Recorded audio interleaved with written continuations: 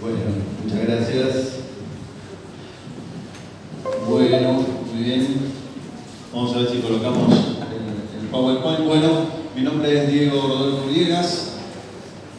Soy antropólogo, profesor titular de la materia de Etnografía del Conocimiento en la Facultad de Humanidades y Artes, en la Escuela de Antropología. Soy director de un centro de estudios en Antropología del Conocimiento y la Conciencia y director de una revista universitaria, una revista académica que se llama Waiponen. Hemos traído ahí un par de números. Y bueno, no voy a hablar desde la ufología y aclararlo. Recién estaba un poco pensando lo que decía Adriana, qué extraño este foro ufológico del litoral, donde Adriana dice que no es investigadora de ovnis. Yo tampoco lo soy, no voy a hablar desde la ufología, y Néstor tampoco va a hablar de la ufología. Entonces, ¿dónde está la ufología? Es muy raro, pero bueno, tal vez también estaba pensando, sería una cosa interesante que estemos yendo hacia la metaufología, que significa más allá de la ufología, y que es la propuesta que en su momento elaboramos con el CIFO, el Círculo de Investigadores del Fenómeno OVNI, cuando estuve metido muy jovencito en el tema hace muchos años atrás. Por eso me parece honesto decir desde dónde estoy parado y desde dónde estoy hablando. No estoy hablando desde la ufología, que la abandoné hace muchos años atrás, como 23 años atrás. Estoy hablando desde la antropología, y desde la antropología transpersonal, que es la antropología de la conciencia y sobre todo de los estados ampliados de la conciencia. Seguramente tendremos muchas coincidencias con algunas cosas que ha dicho Adriana, y con otras no. Evidentemente, por algo yo me fui de la investigación ufológica propiamente dicha, ¿no? Con algunas cosas de algunos de los autores que ahí se mostraron no coinciden. Igual tengo el mejor de los recuerdos de Fabio, que yo tenía 15 años cuando lo vi por primera vez en un programa muy famoso aquí de Rosario que se llamaba Los Notables, justo cuando estaba siendo conducido por Miguel Ángel Acoglanes, el hijo de Ángel Cristo Acoglanes, ¿no? Relacionado con el tema del ornitorrinco y demás. Yo tenía 15 años, era un niño que recién empezaba mis palotes en esta cuestión de los ovnis, y me acuerdo que en aquella época le regalaban al invitado un plato de porcelana Verbania en su momento, ¿no? Y entonces me dice Miguel Ángel, dáselo vos a Fabio. Imagínate, para mí, con 15 años, era, viste, el prócer de la ufología y un personaje de la cultura popular argentina, más allá de la ufología, obviamente, ¿no? Te diría más, de la cultura rioplatense. Entonces, bueno, claro, y yo se lo di, ¿no? Y él lo recibió muy generosamente, y después lo volví a ver en una oportunidad cuando él tenía la Escuela de Disciplinas de Apertura, y vi que el plato de porcelana verbal estaba ahí, él lo tenía ahí, ¿no es cierto?, junto con un montón de otros premios y demás cosas. Y después lo volví a ver por tercera vez, ya con don Enrique Gentili, que fueron muy grandes amigos, que fue parte de la Fundación Mesa Verde, con el doctor Gordana. Entonces, lo que voy a hablar ahora va a ser, bueno, aquí dice la imaginería. ¿Apunto ahí para pasarlo? ¿Listo? Bien. UFO, ET, o sea, ovnis, extraterrestres, DMT, que quiere decir dimetiltriptamina, y estados ampliados de la conciencia en inglés, ¿no? La imaginería moderna del mito ovni y la experiencia visionaria transpersonal. Entonces, la imaginería del estereotipo de los extraterrestres, los ovnis y demás, y los estados no ordinarios de conciencia, los estados visionarios, ¿no?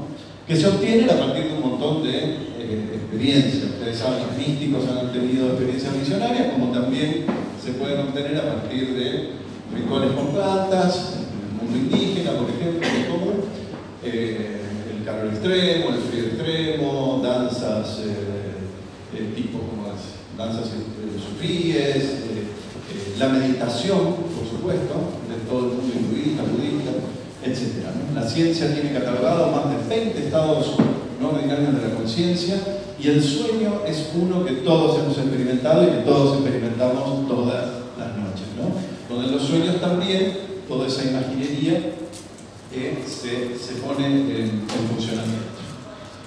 Hace mucho tiempo atrás viajé en la selva amazónica en mis investigaciones y di con don Pablo Amaringo, que era un chamán, una especie de médico tradicional, mestizo, porque él, digamos, sus padres, madre y demás eran de distintas, de Piro, digamos, de diversas etnias amazónicas, y Amaringo se hizo famoso porque investigadores norteamericanos, Dennis McKenna y demás, Luis Eduardo Luna, también un investigador colombiano, que es conocido nuestro también, que lo hemos tratado en varias oportunidades, lo hemos traído también a nuestro país.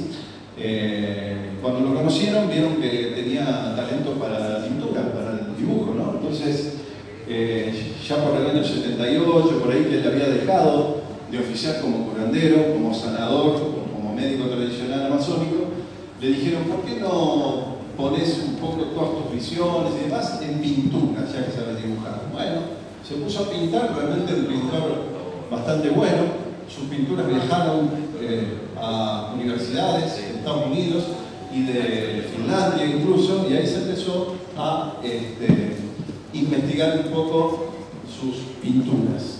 Esto que vemos son detalles de varias de sus pinturas, donde mezcla seres y elementos y cuestiones obviamente arraigadas en la mitología, en la religiosidad, en la espiritualidad del mundo de las culturas amazónicas, con una cosa que llama la atención, ¿no es cierto? Podemos ver aquí sobre las chozas, ¿no es cierto? Estas son las malocas, ¿cierto? Todo esto es una cuestión visionaria, acá aparecen serpientes, plantas, todo el mundo visionario, en este caso de la ayahuasca, una bebida tradicional amazónica que es una medicina psicoactiva, ¿cierto? Que produce muchas cosas, además de visiones, produce cuestiones ideacionales, que creo que son más importantes que las visiones, pero de pronto en no olvidemos que es un curandero mestizo, aparece esto, ¿no? Que parece que no tuviese nada que ver, como una cuestión de ciencia ficción metida adentro de imaginería selvática, ¿no? Entonces, bueno, le hice una entrevista, Pablo Amaringo falleció lamentablemente en 2009, y esta es una entrevista inédita que le hice en Yarinacocha, Perú, en la selva amazónica, en el año 2003. Vamos a ver si funciona. Quizás a lo mejor vos lo podés desde allí poner el play, porque me parece que va a ser mejor. Y ojalá que se escuche bien. Naves espaciales, bueno, sí, o sea, las naves espaciales que yo pinto es porque cuando era yo joven, muy jovencito, cuando tenía 14 años, nosotros habíamos visto entre muchos acá en Pucallpa una nave espacial muy grande y con otros pequeños que le seguían. Entonces, como eso ha sido como a las 10 de la noche, pero ese tiempo por acá era todo selva, no había casas, no había calles, y Pucallpa estaba muy alejado todavía de acá, el centro. Entonces nosotros vimos esto y pasó por acá y todos sabíamos que esos son los platillos voladores que decimos nosotros, ¿no? Los platillos voladores. Bueno, pero cuando yo era un curandero y tomaba la ayahuasca y podía ver con mis visiones, se presentó en primer orden estas naves para darnos conocimiento, entendimiento, discernimiento y muchas otras cosas o conocimientos que abusaban nuestra mente para podernos volver más inteligentes y captar todo sentido de lo que podemos ver mediante la ingestión de ayahuasca sobre lo que tiene la planta, lo que tiene un árbol, lo que tiene una raíz de un árbol, lo que contiene el agua, el subsuelo, cosas para el espacio como para trasuntar a las, como dicen, a la luna, para ir a la luna, al Marte, a Júpiter, todos estos planetas. Entonces, estas naves parecían en la marea variaciones y nos ayudaban también como para diagnosticar o... Bueno, muy bien, es un pedacito nada más, la entrevista es muy larga, pero bueno, una cuestión acerca del tema de la variación, como él dice, ¿no? En su modismo peruano de hablar, digamos, tiene que ver con las visiones en un estado ampliado de la conciencia. Bueno, me he codeado con varios especialistas en esta cuestión, el profesor Michael Winterman, por ejemplo, que es un colega estadounidense, el año pasado estuve con él, profesor de la Universidad Estatal de Arizona. Para él, todas estas cosas, estas imágenes se pueden reducir a dispositivos de psicología evolutiva, la detección de agencia, razonamiento de intencionalidad, procesos neuroquímicos, ¿no es cierto? Generalmente se reduce todo esto a cuestiones neuroquímicas. También estuve y conocí, pude tratar, gracias a que hablaba muy bien castellano, por suerte, el profesor Benny Shannon de la Universidad de Jerusalén. Para él todas estas imaginerías de alguna manera tienen que ver con la capacidad de la creatividad humana. Sin embargo, desde mi punto de vista, tengo también mucha experiencia y vivencias en estados ampliados de la conciencia con diversos tipos de culturas, comunidades, técnicas, y pienso que todo este tipo de visiones un poco más ortodoxas yo las pongo entre paréntesis, ¿no? Y pienso más bien que el mundo indígena sigue afirmando la existencia de los daimones, no demonios, sino daimones, como decían los antiguos griegos, esencias ideacionales vivientes, representaciones del alma del mundo, lo que los antiguos griegos llamaban psique tu cosmos, el anima mundi, el alma del mundo, ¿no? Que estoy tentado a suponer que también es exactamente igual que el concepto de mana para los melanesios, que tantas páginas y tanta tinta ha hecho recorrer a los antropólogos, el Jusek de nuestros paisanos, los Wichí, que tan mal la están pasando desde hace tanto tiempo en el norte argentino, el Nehuel Mapuche, que muchas veces se traduce como el poder, pero que en realidad es el anima mundi, el alma del mundo, ¿no? El mundo, el universo, el cosmos también tiene conciencia como la tenemos nosotros. Y se expresa a través de daimones, decían los antiguos griegos, ¿no? Diríamos seres intermedios que no son ni psíquicos ni materiales, ni una cosa ni la otra, que están más acá y están más allá. Es decir, hay un punto en nuestra psiquis que no es ni externa ni interna, ni está completamente supeditada a nuestra conciencia al cerebro y está encerrada en una caja que sería el cráneo, como supone la ciencia hasta el momento, hasta la actualidad, sino que esa psiquis, que parece muchas veces, esa conciencia que parece que fuese interna, también al mismo tiempo es externa y se conecta entonces con el anima mundi, que es el alma de la naturaleza, que es el alma del cosmos.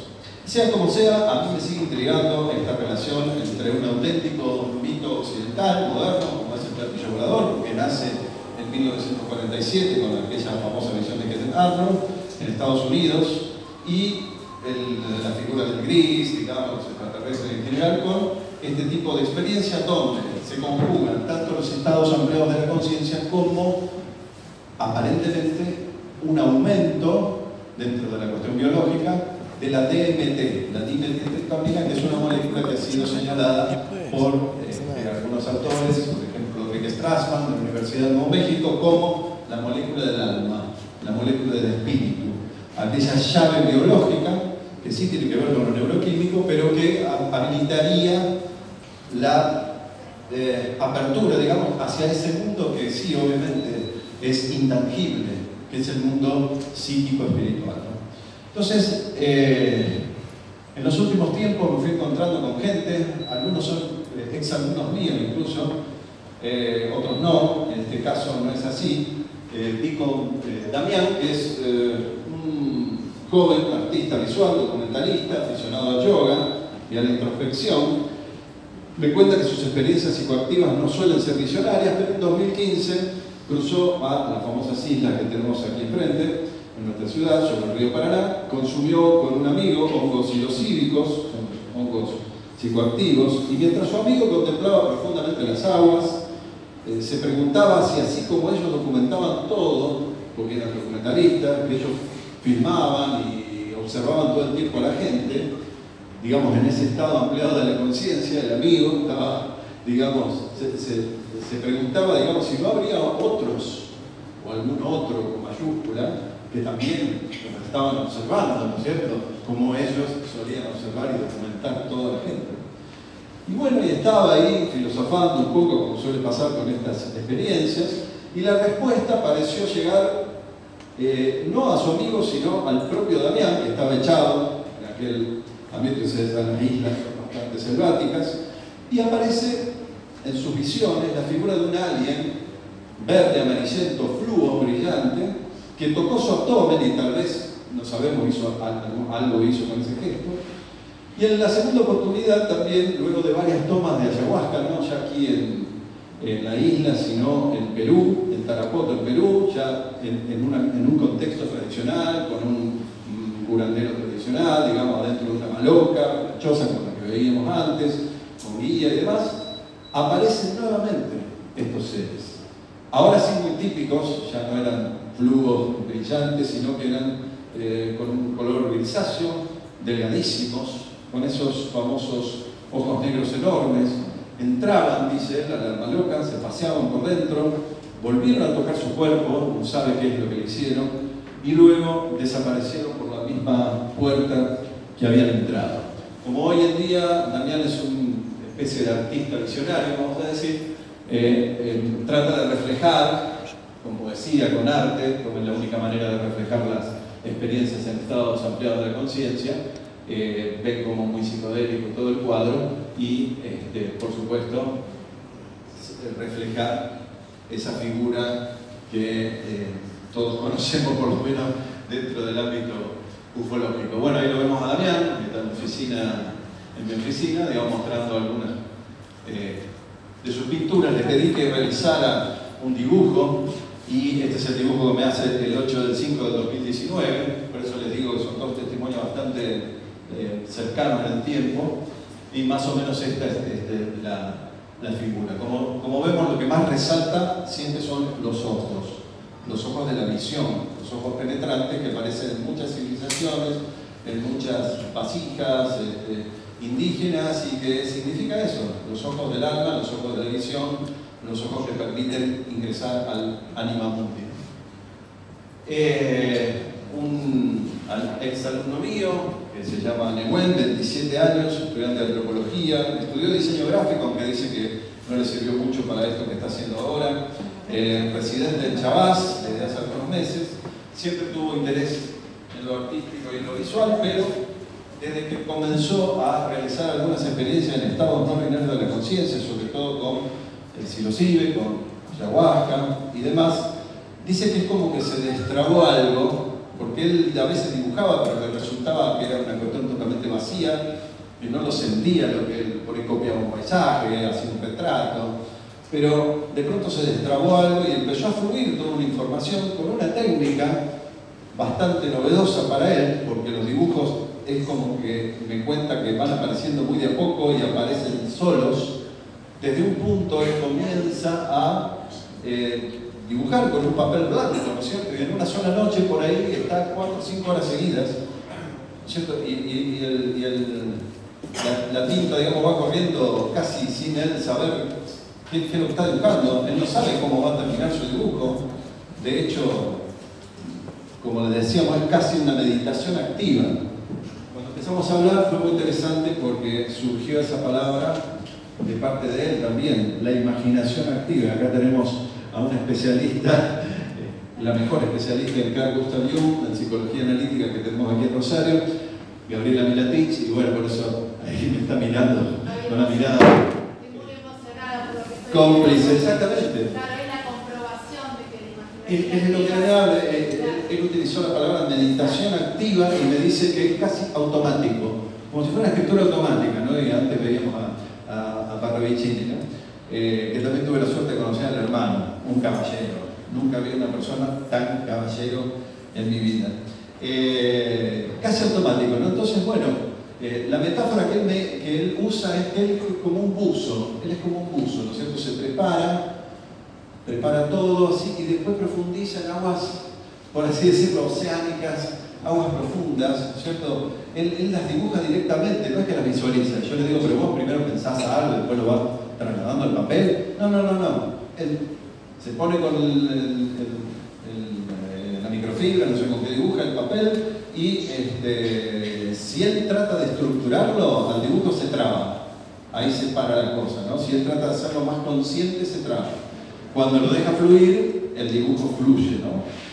Cuando yo le pregunto si relaciona directamente estos dibujos con sus experiencias, sí, por supuesto. No es que él ha visto platillos ni seres, no los ha visto, pero sí se ha sentido flotar, se ha sentido como si él mismo fuese otra cosa, una otredad.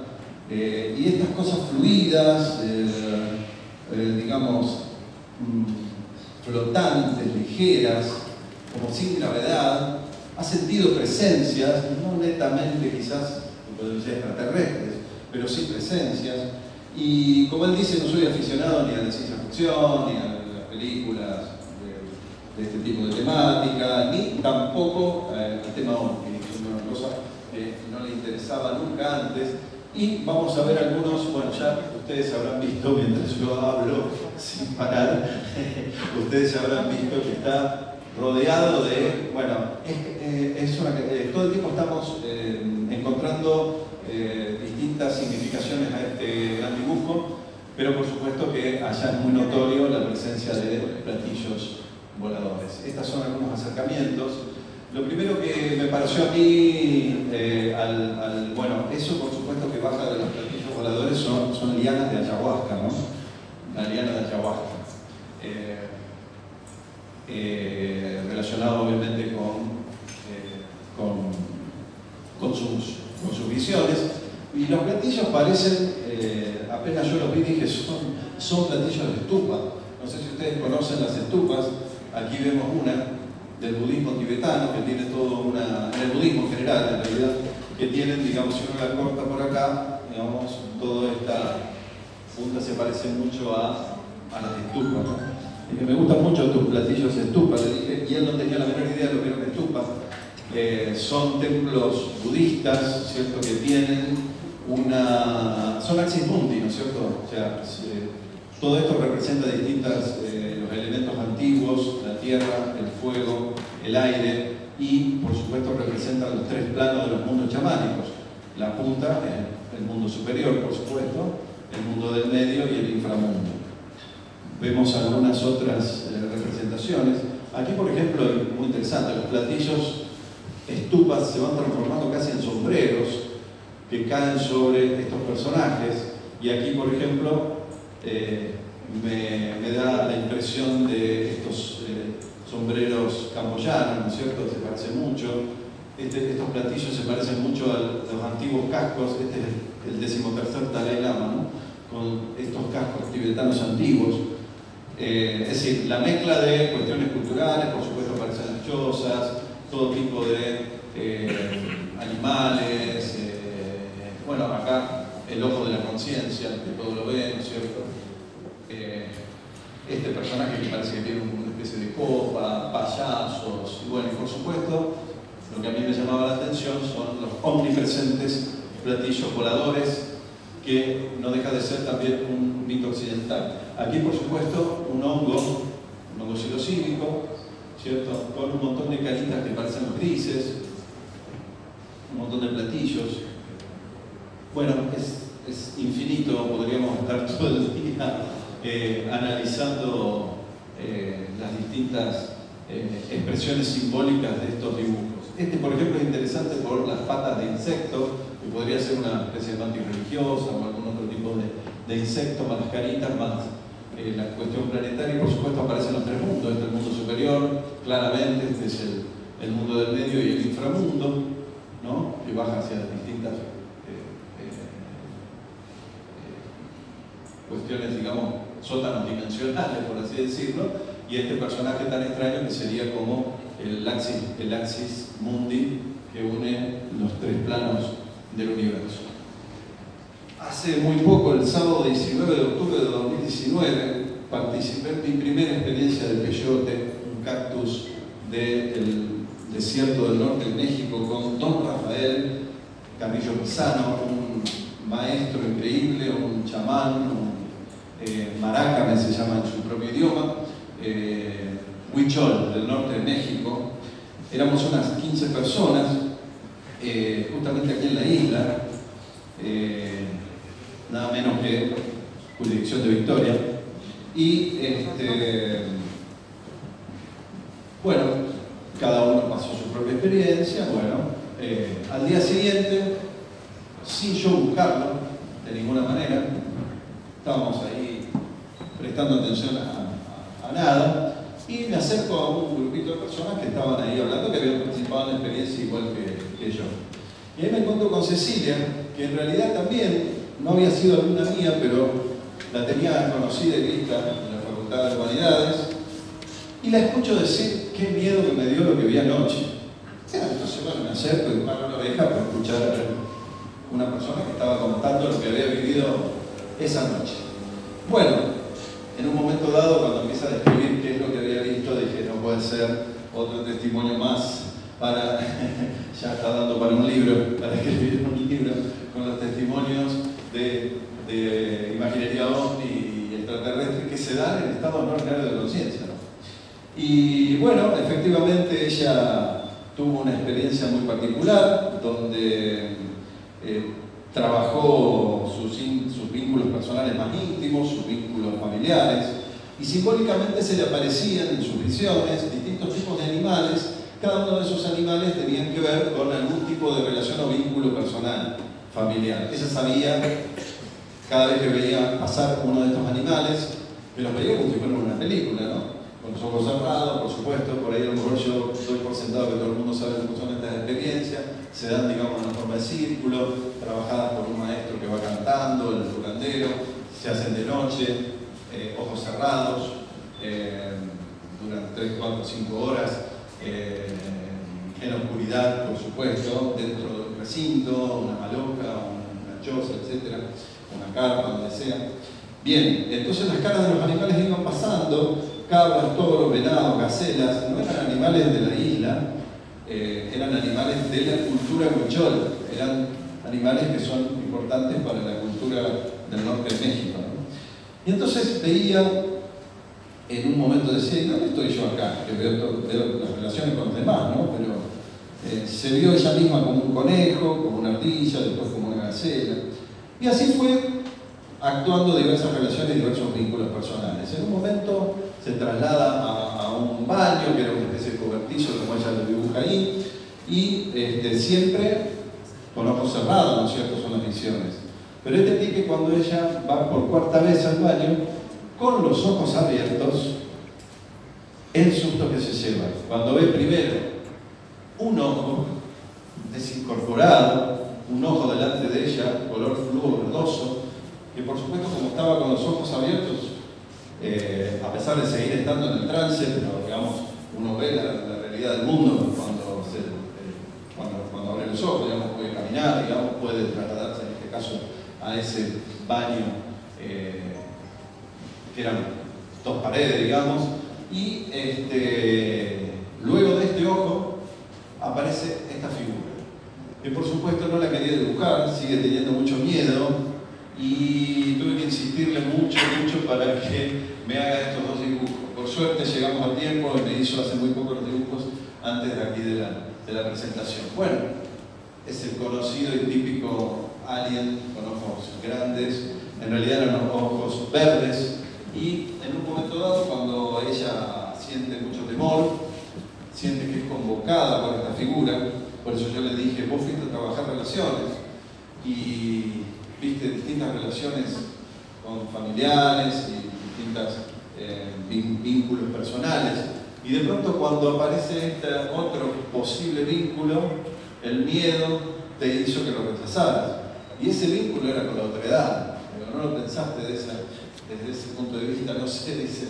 pero el miedo que le quedó, realmente ella huyó un poco de esto, y cuando está por entrar a la carpa, donde estábamos todos, donde donde seguía la experiencia, donde había canto, donde había baile también, observa una especie de platillo o nave gigante, el famoso que Fabio le llamaba, ¿no es cierto?, la luz compacta y coherente, decía él, y este ser nuevamente al lado, como una especie de convocándola o llamándola.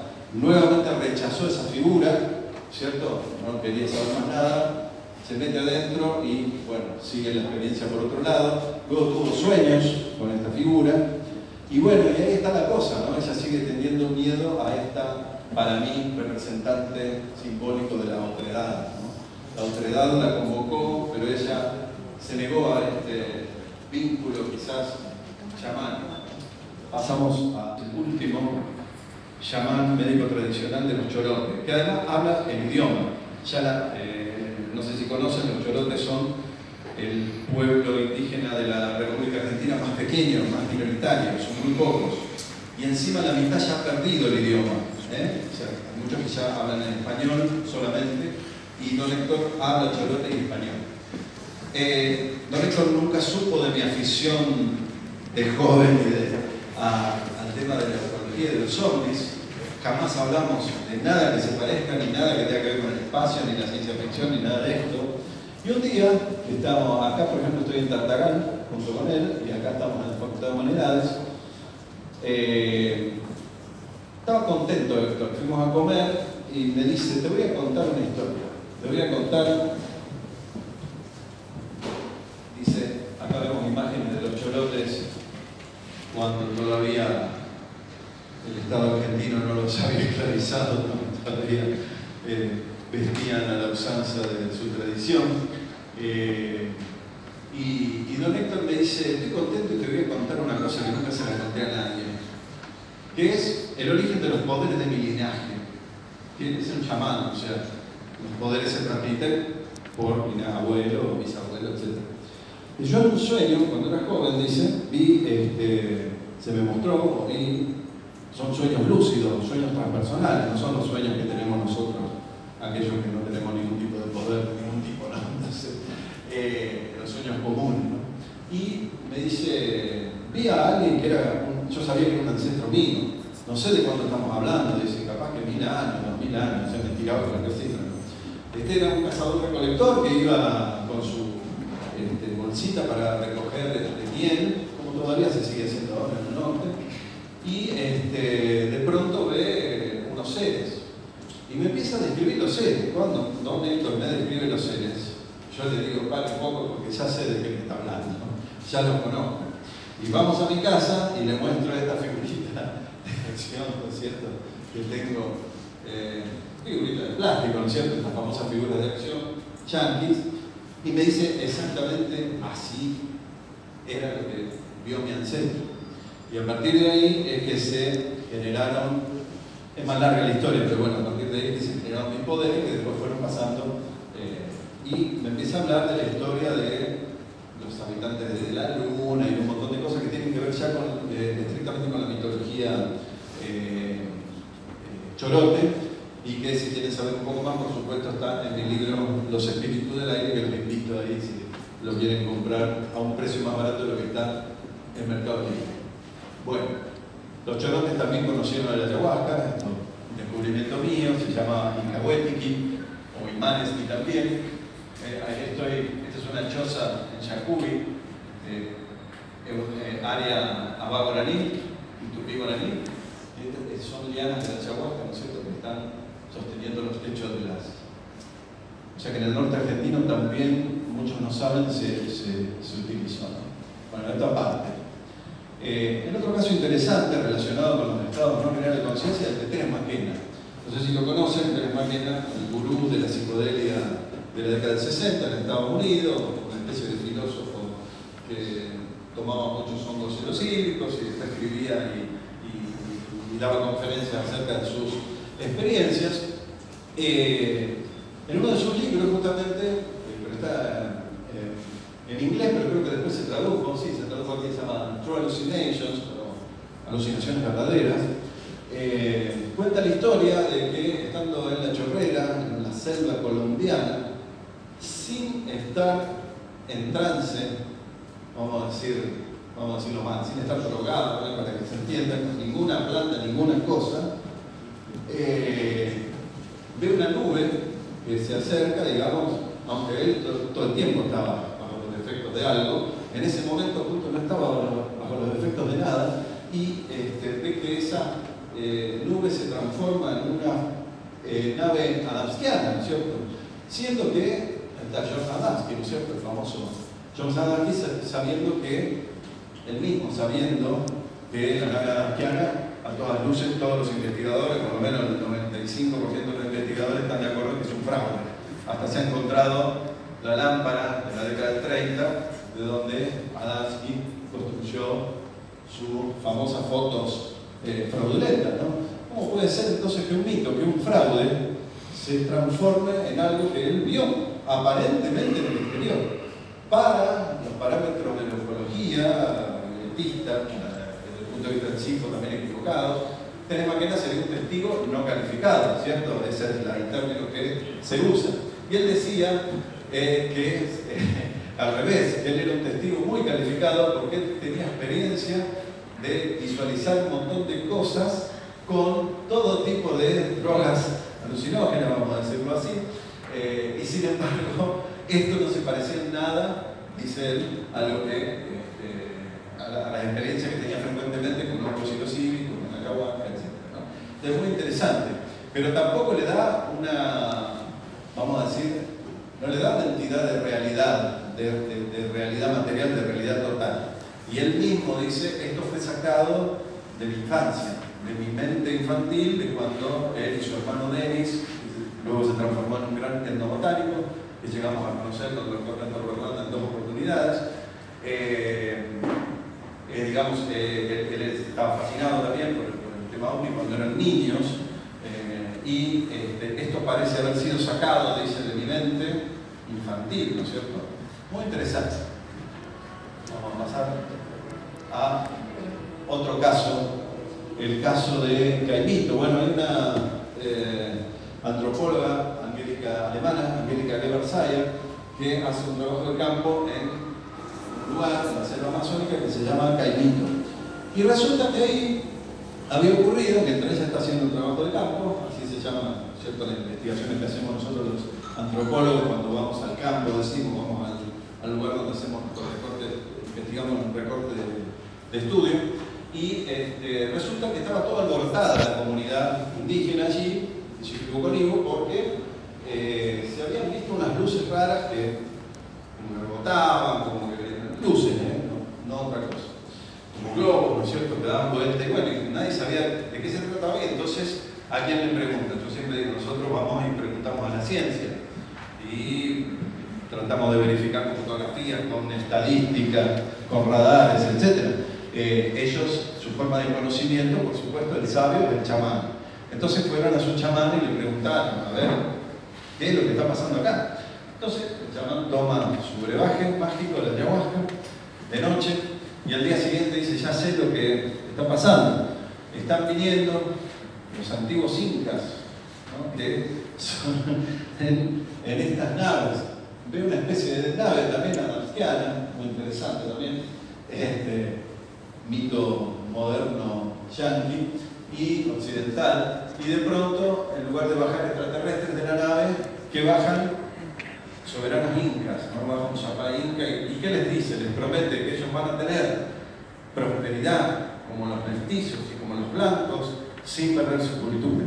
O sea, fíjense cómo de pronto en la mente del chamán lo que aparece son los deseos de toda esa comunidad, de toda esa sociedad, que lo que está buscando es eso, tener la misma comodidad que los blancos, ¿por qué no?, y de los mestizos peruanos, sin perder los elementos de su cultura, ¿no? En realidad la historia es interesante desde un montón de puntos de vista, sobre todo porque hay un mito conocido en todo el Perú, que es el mito del Incarri, o sea, el regreso del Inca, que tiene que ver también con esto del buen vivir y de alguna cosa que se habló aquí por parte de Adriana, ¿no? Ojalá sea el futuro. El profesor Enrique Dussel, filósofo argentino-mexicano, dice que vamos hacia la transmodernidad. Ojalá sea así. Él dice que a lo mejor vamos a tardar 200 años. Yo creo que a lo mejor el planeta se destruye antes de que lleguemos a la transmodernidad, ¿no? Lo que ha destruido este planeta es la modernidad colonialidad, que surgió del paradigma europeo, pero que se extendió por el resto del mundo, ¿no? Entonces ahora estamos en un proceso de decolonización, despatriarcalización, descapitalización, pero yo creo que es bastante complicado salir de este esquema en el que estamos. Y es la primera vez que el mito del Incarri, que ya se conocía en el mundo andino, aparece en el Amazonas, entre los Shipibo con Ibo, y esta versión del mito del Incarri, el regreso del Inca, se da en un contexto ufológico, es maravilloso. Bien, otra más. Los DMT Aliens. Muchos investigadores en este momento en todo el mundo están investigando las experiencias de estados no binarios de conciencia con la DMT pura. El ayahuasca tiene DMT, pero estamos hablando aquí de experiencias con DMT puro, o sea, dimetiltriptamina, que es una molécula que en realidad todos tenemos también en nuestro propio cerebro y que increíblemente está en la glándula pineal, es decir, el tercer ojo de los hinduistas y de los budistas. Muchas investigaciones se están haciendo y muchas experiencias de psiconautas, o sea, viajeros de la mente, que voluntariamente se meten DMT, digamos, para tener una experiencia, profundizar en su interior y demás, dicen que ven o que sienten lo que se llama, bueno, mucho de la literatura esta está en inglés, ¿no? Se llaman algo así como los elfos alienígenas. Lo voy a leer, permítanme, perdónenme, lo busco directamente para no errarle. Elfos formados por hilos de lenguaje visible, elfos bailando fuera y dentro de la matriz multidimensional del lenguaje. Muy difícil trasladar una experiencia en un estado no binario porque son translingüísticas y entonces siempre se recurre al lenguaje metafórico porque no hay forma de contársela a una persona que no lo vivió, ¿no?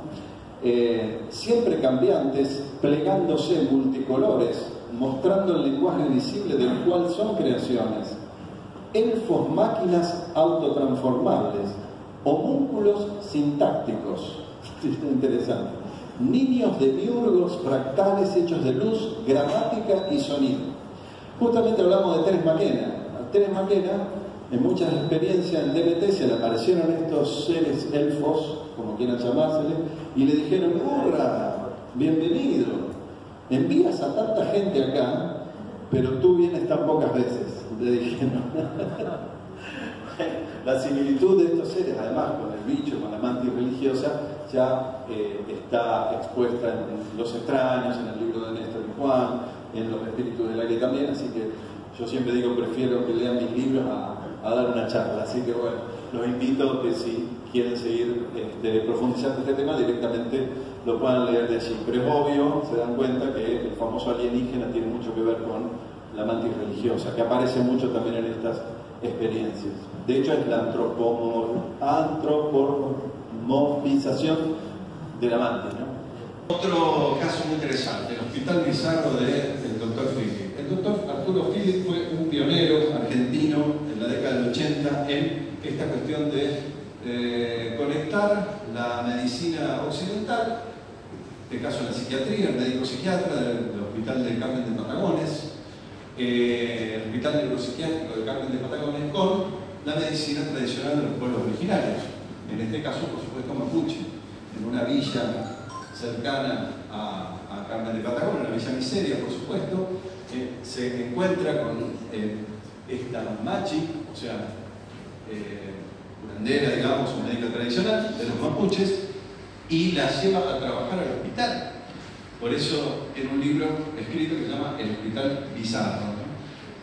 El doctor Philip recibió premios y un montón de cosas. Bueno, hay una anécdota interesante que es cuando estudiaba en 1984 un interno para hacerle un peritaje psiquiátrico, cuando de pronto esta machi, que se llamaba Dominga, entró a su despacho y le acercó a una joven paciente de 14 años que antes le había consultado en su casa. Dice: son esas cosas feas que usted mucho no cree, le dice al director del hospital psiquiátrico, ¿no? La joven le contó que su madre le tenía miedo porque creía que era una bruja, se comía el pelo, su maestra había tenido un accidente y un hermanito murió siendo bebé. Dice, ahora se transformó en una estrella mi hermanito, que veo todas las noches por mi ventana. Yo lo quería, no es en realidad una estrella, se mueve de un lado a otro. Ellos se los llevaron y me lo muestran para que siga obedeciéndolos. Usted no me va a creer, pero son unos seres bajitos, pelados, que viven en el espacio. Luego una escena de posesión que fue calmada por el psiquiatra.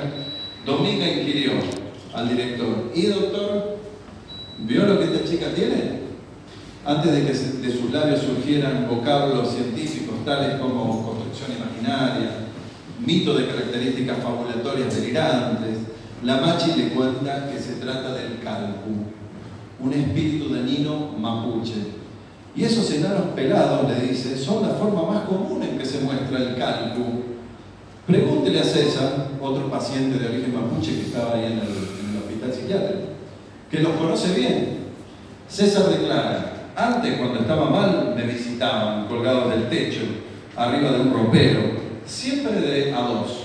En realidad dice, son un poder. Nehuel, ¿no? Son un poder. Bien, el hospital de Sá.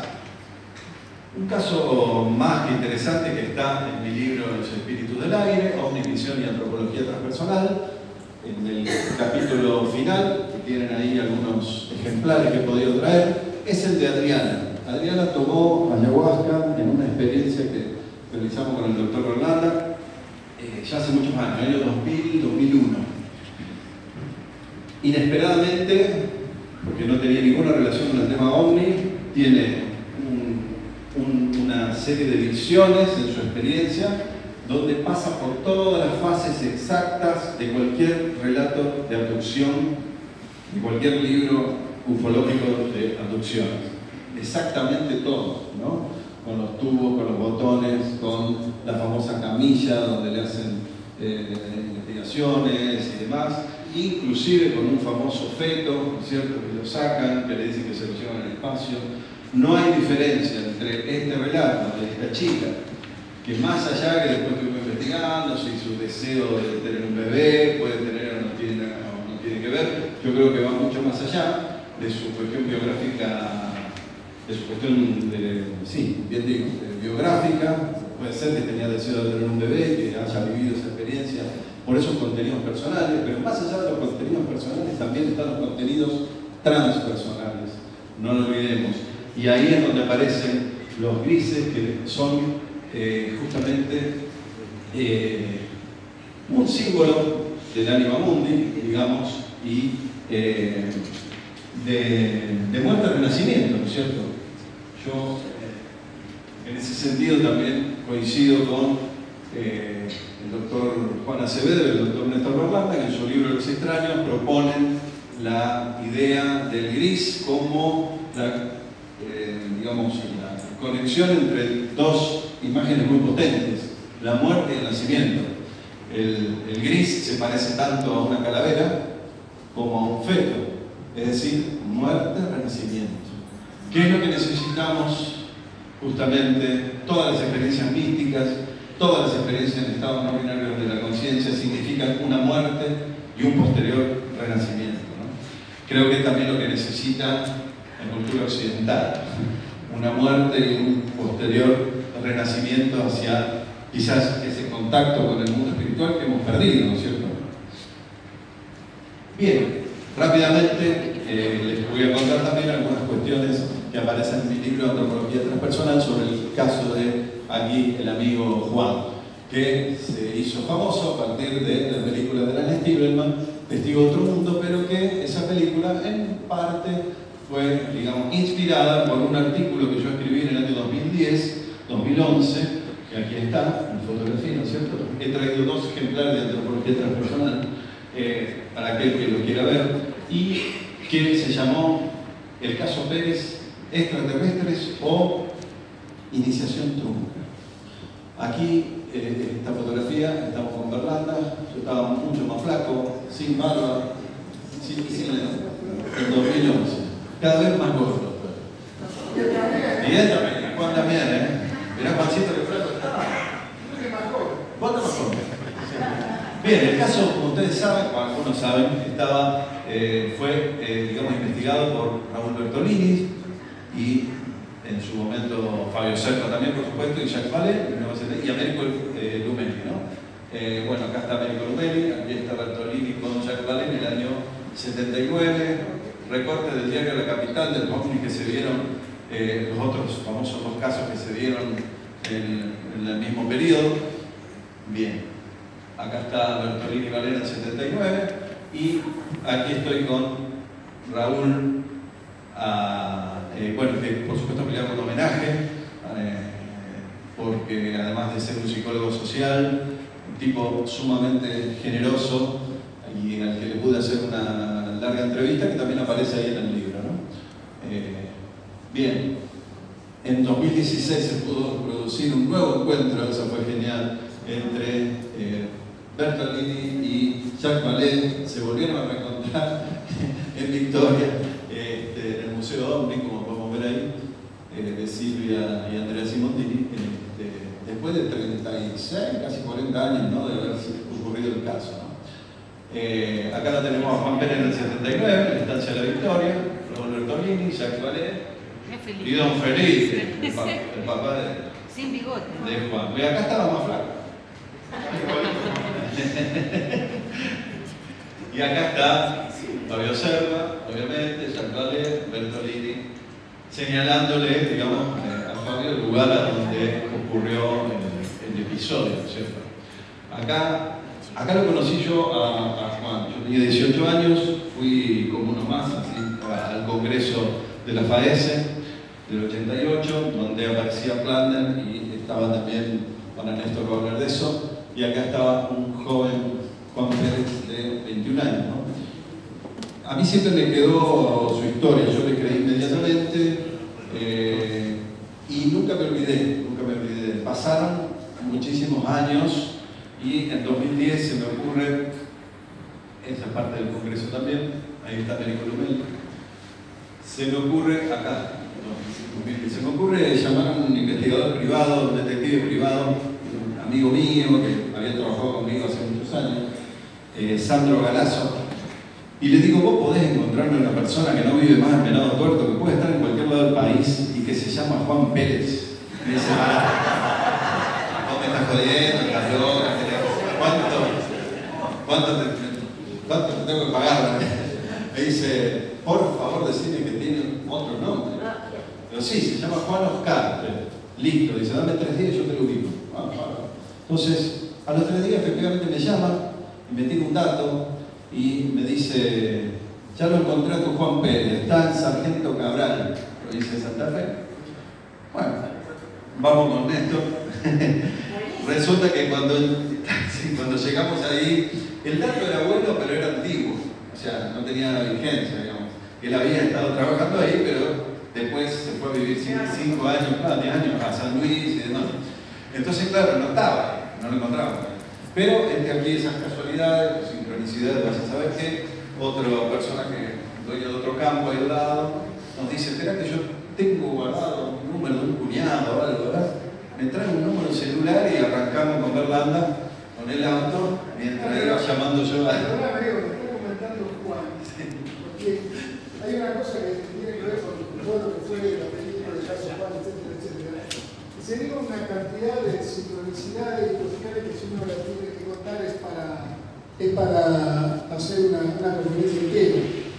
Me acaba de decir recién Juan que ese dato del Sargento Cabral tenía 15 años. 15 años, ¿no? Sí, o sea que nosotros encontramos enfrente de la tranquera a un tipo que estaba tomando mate abajo de un árbol y por preguntarle como tirar un tiro al aire, pero para ver si bajamos una paloma, pero ni siquiera viendo la paloma, le preguntamos si tenía el teléfono después de 15 años, que lo acabamos de tener en este preciso momento, y bueno, justo lo tenía. Claro, fue increíble. La cuestión es que, bueno, llamando al cuñado me dice, no, está en Acevedo, provincia de Buenos Aires, vamos para allá.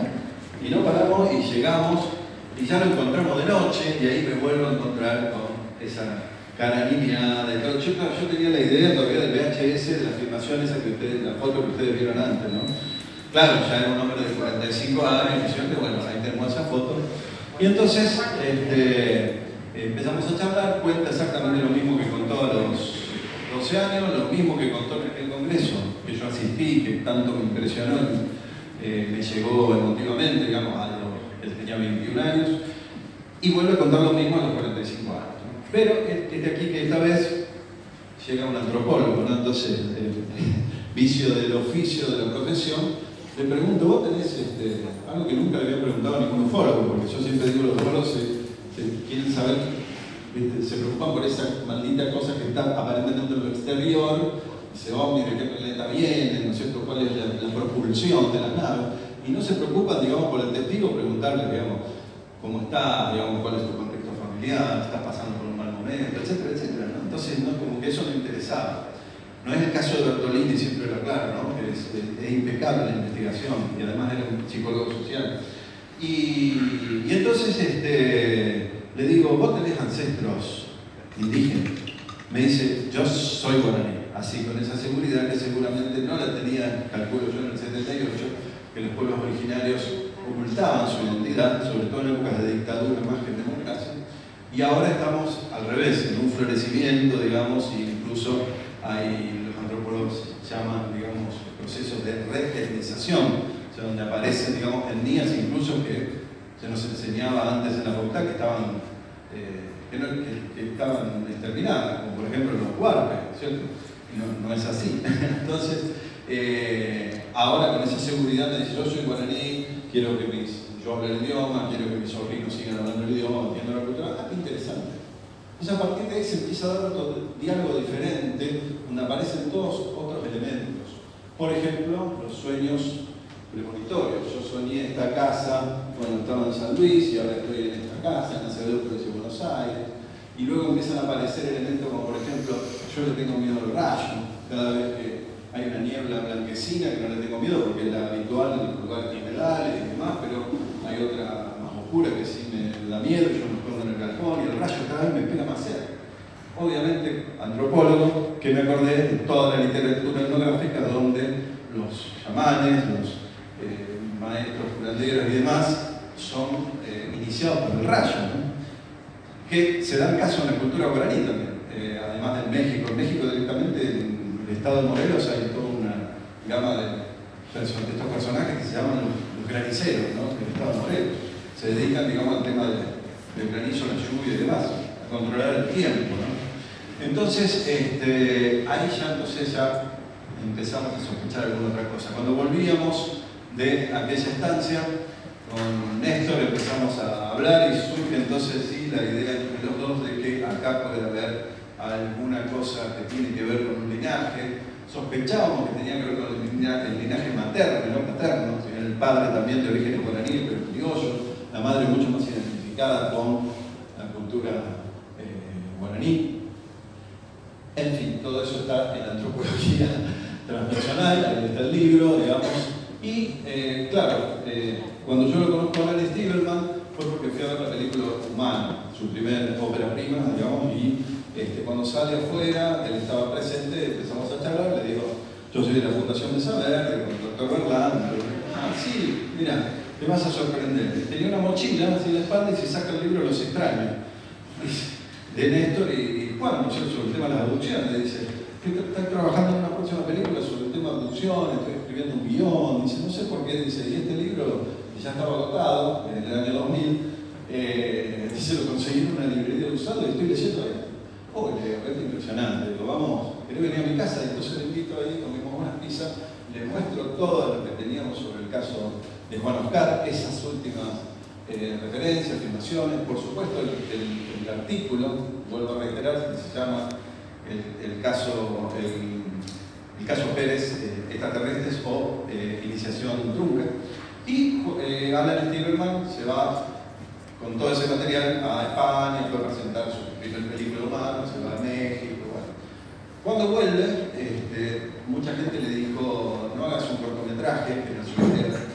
Dice, tenés que hacer un largometraje. Primero, porque la historia da para eso. Segundo, Juan traspasa la pantalla, va a ser un éxito. Entonces, bueno, se pone manos a la obra. En 2014 incluso estuvo en mi oficina, filmamos en casa de Néstor, lo llevé, estuvimos también juntos en Venado Tuerto y estuvo conociendo un poco, filmando, todavía, digamos, pensando en un cortometraje que no tenía mucha calidad. En 2016 entonces ya viene ya con la idea del largometraje y con el mejor sonidista de películas del país, ¿no es cierto? Realmente la calidad de la película es impresionante. Bueno, ahí estoy en un fotograma que no salió, digamos, yo al final quedé fuera de la película. Ahí, esta es la primera filmación, 2014, ahí está Alan, estamos con Juan en su castillito allá de Acevedo, provincia de Buenos Aires, cerca del Pergamino. Ahí estamos, fíjense que esta idea de los elementos guaraníes, que lo había leído en mi artículo Alan, tiene que ver con el primer nombre, se iba a llamar Humano el llamado guaraní, pero luego cambia el nombre por Testigo de otro mundo. Acá ya es el largometraje. Bueno, solamente queda en la escena del brindis, que casi ni se me ve. Y la película fue a Estados Unidos, Witness of Another World, y ya se está por viajar, además estuvo con mucho éxito en España, y está por viajar a Japón, la película. Gracias a Alan pude estar 3 días con mi admirado Jacques Vallée, ¿cierto? Ustedes lo conocen, informático, paraufólogo, ¿no? Aquel que escribió Pasaporte a Magonia, un clásico de la paraufología, y bueno, ahí estuvimos, ahí con don Felipe, el padre, por supuesto con el Gauchito Gil, con su madre, ¿cierto? De la que siempre sospechamos que hay un linaje que se remonta, como el mismo Juan nos contó, a un cacique Montenegro, de apellido Montenegro, que hasta estuvo en la guerra no me acuerdo si era de Cepeda, o bueno, creo que en la batalla de Cepeda había estado, ¿cierto? La Caseros, en la batalla de Caseros, claro. Perfecto. Y bueno, yo tengo un amigo que es Payé,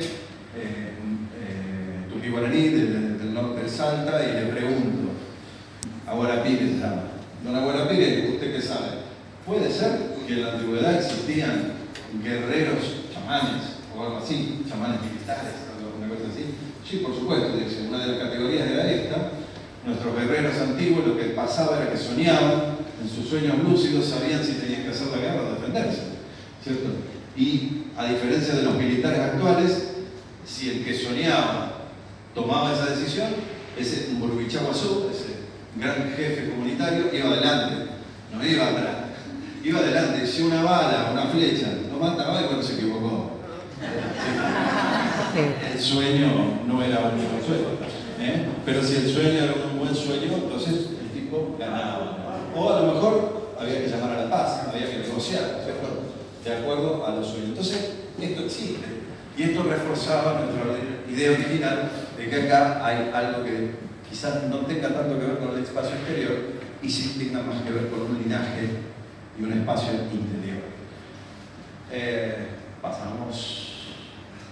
Bueno, acá está el famoso caballo cometa, ¿cierto?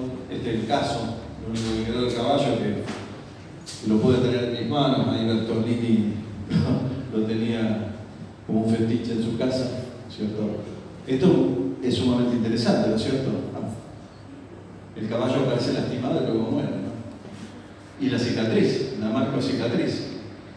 Fotografía del año 88, fotografía del 2011, fotografía del 2018. La famosa marca que teóricamente le deja el ser alto. Estos son algunos fotogramas de la película. Yo no sé si todo el mundo conoce el caso, tendría que resumirlo mucho, pero bueno, los padres le dicen que tienen que ir a recoger a la tropilla de caballos, entonces él en la estancia de la Victoria. Después lo van a tratar, perfecto, listo. Entonces sí, mucho mejor. Detrás de la niebla, justamente se llama el libro de Néstor, se encuentra con esta cuestión que aparece una escalerita que parece realmente casi como un cuento de hadas, ¿cierto? Una superpotencia extraterrestre tengan una escalerita igualita a las humanas, no todo voy a buscar a las humanas. Bueno, estas son algunas imágenes de los seres, el famoso ser alto, el famoso ser bajo. ¿Qué es lo que descubro yo cuando volvemos de ese primer viaje? Me pongo a investigar y encuentro que el lugar a donde ocurrió el caso no es cualquier lugar. El lugar es la Estancia de la Victoria, por supuesto, cerca de Venado Tuerto, sobre el camino a San Eduardo. ¿Y qué había ahí en 1870? Había un mangrullo. Exactamente en el lugar donde ocurrió el hecho, que después ustedes lo pueden leer en distintos lugares, o el mismo Juan lo puede contar, o Néstor. Era un lugar límite, el lugar fronterizo. Ahí terminaba el Estado argentino, por eso estaba el mangrullo. Y de ahí para abajo era territorio libre de los ranqueles, que han sido mapuchizados o americanizados mucho tiempo atrás. Este concepto de la liminalidad, yo lo tomo de un antropólogo inglés, se llama Victor Turner, un antropólogo simbolista, pero le doy otro giro. Muchos fenómenos paranormales se dicen, por supuesto, fenómenos paranormales, se dice que suceden en lugares límites, liminales. Por ejemplo, un puente. ¿Cuántas historias del arquetipo femenino, un fantasma, una diosa que aparece justo en el medio de un puente? O puede ser un borde de, digamos, de una ribera de un río, o puede ser, por ejemplo, un lugar límite pero temporal, las 12 de la noche, que siempre los mitos dicen, las leyendas, que es la hora de la bruja, ¿no es cierto? Entonces, los hechos, los perros, por ejemplo, conozco rojos incandescentes que aparecen en los condados en Inglaterra y siempre están entre un condado y el otro. Recién mencionaba Adriana el caso Trancas. ¿Dónde está Trancas? Está justo en la frontera entre Salta y Tucumán. Incluso hubo una guerra entre esas dos provincias, que muchos no conocen, donde muchos prisioneros terminaron ahí en Trancas, ¿no? Es un lugar profundamente simbólicamente original. Yo lo que estoy haciendo es un análisis simbólico, creo que se me entiende, ¿no? Desde su punto de vista. La Santa Compañía, por ejemplo, una leyenda de los gallegos, ¿no? ¿Cierto? Que atraviesan los cementerios. O sea, los cruces de camino generalmente son lugares liminales, ¿no? Y por supuesto ocurren ciertas cosas paranormales, los perros ladran, ese tipo de cosas, igual que cuando aparecen los supuestos hombres. Incluso los romanos tenían a la Trivia, o los griegos le llamaban Hécate, la diosa de los lugares liminales, la diosa de los cruces de caminos. Para que los malos espíritus no llegaran, se ponían a Hécate, por ejemplo, así como a veces ponemos nosotros las virgencitas en la puerta de las casas. Primero se ponían en la puerta de los caminos o de las entradas de los pueblos. Y después ya empezaron a ponerlo en forma doméstica en la misma puerta del exilio. Entonces esto es el mapa de la línea de frontera 1800, por supuesto antes de la mal llamada conquista del desierto, ¿no? Hasta esto era Argentina. Todo esto era territorio libre y esto también era territorio libre de los pueblos. Más o menos por acá. Más o menos por acá. Más o menos. Ahora vamos a ver otro mapa. Aquí vemos la línea de frontera ya un poco más avanzada en 1864.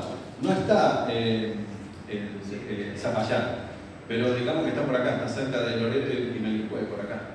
Fíjense. Esta es la Estancia de la Victoria, una fotografía mía, era el ex fortín en Zapallar. Muy interesante, es un lugar liminal. Acá aparece, por ejemplo, acá está, ¿no? Por acá fue el caso, acá está San Eduardo, ¿no? Y fíjense que todas estas son rastrilladas indígenas. La de la Astura, la de Loreto y la de Tinoco, que pasa todo hasta Melicue, ¿no? Este es un lugar que después me encuentro con una cosa muy interesante. El más famoso historiador de Venado Tuerto tiene un libro escrito donde habla de que no recuerdo el apellido.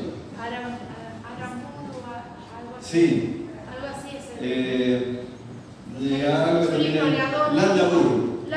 Landaburu, muy bien, gracias. Landaburu es abogado, historiador, el más conocido historiador de Venado Tuerto.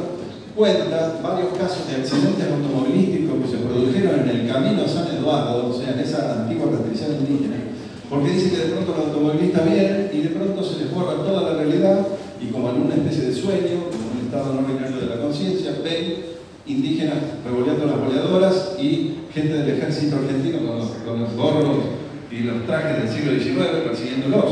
Y entonces se producen los accidentes. Todo en el mismo lugar, en el camino a San Eduardo. Yo creo que son datos para tener en cuenta, ¿no es cierto? O sea, no nos quedemos en la cuestión ufológica. Si abrimos un poco hacia otras cuestión vamos a encontrar muchos detalles interesantes. ¿Dónde lo encontramos nosotros, Juan? En 2010, en la estancia, en Acevedo, provincia de Buenos Aires. En este castillito vivía, desde estos muros almenados, de esta antigua casona donde vivía Juan, se combatió y se esclavizó a indígenas hace 150 años, ¿no? Y además hay varias historias de fantasmas interesantes que cuenta Juan, que bueno, algún día las podremos relatar. Entonces, esto agrega otro elemento liminal. Todos los lugares donde estuvo Juan viviendo son lugares liminales. Ahí está el castillito, ahí estamos con Néstor en la estancia en Acevedo. Y luego se fue a vivir a San Luis, donde tuvo un caso muy interesante que él siempre cuenta, una luz que lo atemorizó mucho, pero que, quién sabe que era esa luz, ¿no? Que dice que hasta las hormigas se veían con la luz que proyectaba, pero él estaba perdido en el monte. Y al final, si uno analiza un poco la cuestión, la luz lo que le hizo fue indicar dónde estaba el camino para vuelta a la casa. Los famosos espíritus ayudantes que todos los antropólogos conocen a partir de la literatura etnográfica relacionada al chamanismo, ¿no? ¿Y dónde ocurrió eso? Por aquí, cerca de Fortín el Patria. Fortín, por supuesto, era otro mandrullo, era otro lugar liminal, y justo sobre la rastrillada de la República, ¿no? Para la rastrillada indígena. Y es un lugar liminal, la estancia San Enrique, entre Fortín y el Patria y la laguna Lonco Matro, porque, bueno, justamente acá se ven los caldenes, porque las vacas, como iban y venían, en sus heces dejaban después que crecían los caldenes. Entonces esto marca, digamos, la antigua rastrillada desde Google Maps, ¿no? Bien, y si lo vemos mejor aquí, acá abajo, acá el mapa se termina, entonces yo seguí con una línea, esto lo dibujé yo, ¿no? Por acá abajo está Lebucó, que era la capital del mundo indígena, ¿cierto? Y por acá seguimos para arriba y vamos a Villa Mercedes, que ahí terminaba el Estado argentino, acá estaba la capital del mundo blanco. En el medio, entre la capital del mundo blanco y Lebucó, está justamente en donde ocurrió el episodio del segundo ovni, digamos, famoso, ¿no? Entonces, para pensar. Por otro lado, si investigamos simbólicamente el propio nombre, Juan Pérez es el argentino medio. Forzosamente tiene que ser mestizo, hijo de blancos y de indígenas, ¿no? Nació el 9 de julio, el día de la independencia argentina. ¿En dónde? En los conquistadores, Entre Ríos. O sea, la mezcla exacta entre lo indígena y lo español. Su segundo nombre es Oscar, que en germano significa lanza de Dios, o, si lo vemos desde un punto de vista metafórico, digamos, aquel que tiene el instrumento del mundo trascendente, ¿no? Del mundo espiritual. Y en gaélico significa amante de venados. Ya está, no tengo más nada que decir. ¿Dónde ocurrió el caso? En Venado Tuerto. Sigo investigando y digo, acá tiene que haber algo en relación a la mitología guaraní y también a la mitología mapuche, porque por el lugar a donde acontecieron estos hechos. Y entonces descubro que sí, efectivamente, hay dos seres que se parecen mucho a los seres que vio Juan. Los seres que vio Juan son tal como él lo describe. Por supuesto, estoy discutiendo de eso. Simplemente estoy diciendo que el accionar de los seres y demás se corresponde casi en un 100% con estos seres mitológicos o religiosos de los guaraníes y de los mapuches. Por ejemplo, el ser chiquito de Pérez, esto está todo sacado de sus propias palabras, y de la investigación de Raúl Bertolini y demás. 1,50 m aproximadamente, el pombero tiene baja estatura y el trauco, que es un ser mapuche, baja estatura. Piernas, cuerpo cilíndrico, es ancho, el pombero. Piernas cortas, el retacón, el pombero, piernas cortas. Y esto está sacado, no es invento mío, esto está sacado exactamente de material de folcloristas argentinos en libros sobre mitología y folclore de la Argentina. Tenía pies con ruedas, aparentemente como rueditas libres que giran así en todas direcciones. Justamente el pombero, ustedes saben, los pies se le pueden dar vuelta, que sus pisadas no se sienten. Y el trauco, que es mapuche, tiene solo uniones en vez de pies. El ser chiquito, brazos con pinzas que coge o larga, para los que se acuerdan del caso. El pombero tiene brazos largos que arrastra, y en cuanto al trauco no hay información directa, pero su hija, la figura, tiene brazos que crecen y giran en todas direcciones. El ser chiquito de Pérez tenía cabeza cilíndrica con máscara capucha de consistencia blanda y flexible. El pombero tiene un enorme sombrero de paja redondo con consistencia blanda, que es lo que nos interesa, ¿no? Sombrero cónico de base circular hecho de quilineja, que es una planta trepadora flexible.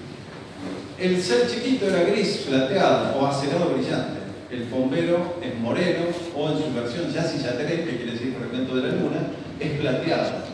O rubio incluso, a veces lo dibujan, porque luna es yaci, ¿no? El ser chiquito con un brazo que termina en una mano tijera corta huesos de vacunas y equinos y los arroja en un tacho, ¿se acuerdan de esta parte del caso? Le provoca al grandote movimientos lentos, no coordinados y violentos, y los caballos y las vacas del lote se dispersan. Su hermano, el culupí, es un genio de los animales sedentarios silvestres, que dice el mito del trauco: en un brazo tiene un hacha de piedra para cortar árboles o quebrar huesos, o un bastón retorcido llamado Paueldum, con su magia puede apuntar, torcer, aguar persona. Finalmente emite o coexiste con un silbido. El pombero y el trauco emiten sonidos mágicos. Vamos con el ser alto, medía 2,30, 2,50 metros, una cosa enorme. El boituí, víbora loro, el guaraní, es enorme. El piuchén mide 2 metros. Tenía un cuerpo alargado que movía en forma basculante, así como ondulante. Bueno, el boituí cuando está parado es largo como una serpiente gigante, y entre muchas representaciones también aparece en forma bípeda, como lo vemos aquí en el Museo de Mitología del Paraguay. Tiene un cuerpo grueso y alargado como serpiente. La mano desnuda cuando se saca el guante era verdosa. El boituí tiene piel verde escamosa. El piuchén es verdoso. Tenía guantes largos con dedos en punta, lo pincha con una uña o garra cónica aguda y le provoca una erupción en la piel, la famosa cicatriz. No hay referencia folclórica, pero tanto el loro, ¿qué hacen el loro y la víbora? Pican o clavan en la piel como una característica común. Y esto casi me caigo en la silla cuando lo vi en un libro de mitología. El piuchén provoca erupciones de piel similares al sarna. El colo-colo es como una serpiente con patas de rata alargadas. Tenía el ser alto un casco cilíndrico redondeado. El boituí tiene cabeza de loro, o sea, redondeada. En lugar de ojos, una línea alargada y fina, tenía como una raya que miraba, no sentí nada, por ahí clavaba esa vista digo yo miraba, pero no me dio miedo. Mirada maléfica. El ser alto tiene un embudo y un tubo flexible en vez de boca. El víbora loro, por supuesto, es una víbora loro, tiene un pico descomunal, ¿no? Finalmente, bueno, sonidos ininteligibles como graznidos. La mitología dice que el boituí tiene graznidos potentes, ¿no? Y finalmente, esto que me parece lo más importante, ¿no? Aparece en un lote rodeado de humedales y una laguna que luego del hecho creció varias hectáreas. ¿Qué hace el boituí, según la religión guaraní? Domina los esteros, los humedales, las lagunas, el rocío y los animales anfibios. ¿Y qué hace el piuchén y sus similares? Viven cerca de lagos y ríos. Y vemos algunas muestras. Sí, vamos a ir cerrando, perfecto. Bueno, acá tenemos algunas imágenes para compararlo. Más adelante. Esto es muy interesante, gracias a Néstor Berlanda, se le ocurrió recién hace muy poco tiempo. Pero miren qué imagen similar, ¿no? Miren esto. Miren si no se parece, ¿no? Son figuras además mitológicas, obviamente. Este es el ser chiquito, según Arturo Candemira, que era el dibujante de Venado Tuerto del grupo Sí. Pero este es el dibujo que hace Juan por primera vez sobre el ser bajito, que también vemos que tiene ahí como algo hacia arriba, fíjense. Yo lo veo muy parecido, ¿no? Al bombero. Y finalmente es el dibujo de la nave, que obviamente se parece mucho a la nave adamskiana, que sabemos que es una nave falsa, y este sabemos que es un caso real, y bueno, da mucho que pensar. Finalmente, bueno, ni hablar de todos los elementos liminales y que tienen que ver con los cuentos de hadas, mitos, etc. O sea, el mundo luminoso, el mundo transpersonal. El horario liminal, a las 6 de la mañana, la escalera también. La escalera representa el Axis Mundi. Es el lugar a donde nos lleva al mundo superior, como por ejemplo en tantas mitologías, ¿no es cierto?, la masonería. Este es el famoso Rehue mapuche, que representa los chamanes, las machi suben acá al Rehue en sus ceremonias para demostrar que han recibido los poderes, ¿no? La famosa escalera al cielo que aparece en los El tema de la neblina, la luz y la cuatripartición celeste, bueno, lo van a encontrar en mi libro, voy a ir recortando, pero ustedes no saben la importancia que tiene la cuatripartición del mundo para los mapuches, el famoso cultrum, y también para los guaraníes. El tema de la pared invisible, que él no podía pasar, pero que los seres pasaban a su antojo, digamos, aparece en una multitud de mitos y de relatos sobre encuentros con lo sobrenatural. El falso regalo, cuando él quiere llevarse el guante, pero después se lo dan, pero después se lo sacan. Entonces esa es la famosa prueba física que todos los ufólogos esperan. Y se la llevaron. Y es lo que pasa en toda la mitología y en todos los relatos legendarios.